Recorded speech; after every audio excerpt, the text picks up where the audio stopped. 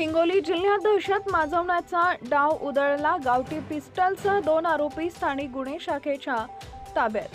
हिंगोली जिल्ह्यात दहशत निर्माण करण्याच्या उद्देशाने अवैध शस्त्र बाळगणाऱ्या इसमांविरुद्ध स्थानिक गुन्हे शाखेने मोठी कारवाई केली असून गावठी पिस्टल, अग्निशस्त्र जप्त करून 2 आरोपींना ताब्यात घेण्यात आले आहे। हिंगोली जिल्ह्यातील अवैध शस्त्रधारकांविरोधात कठोर कारवाई करण्याच्या सूचना जिल्हा पोलीस अधीक्षक डॉक्टर नीलाभ रोहन यांनी वेळोवेळी दिल्या होत्या।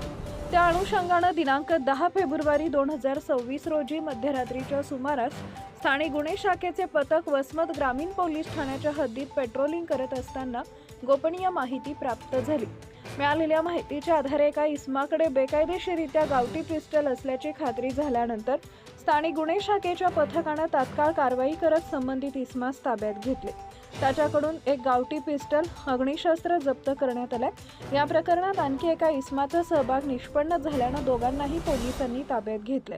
या प्रकरणी वसमत ग्रामीण पोलीस ठाण्यात गुन्हा क्रमांक 26/2026 भारतीय हत्यार कायदा कलम 3/25 अंतर्गत गुन्हा नोंद करण्यात आला असून पुढील तपास सुरू आहे।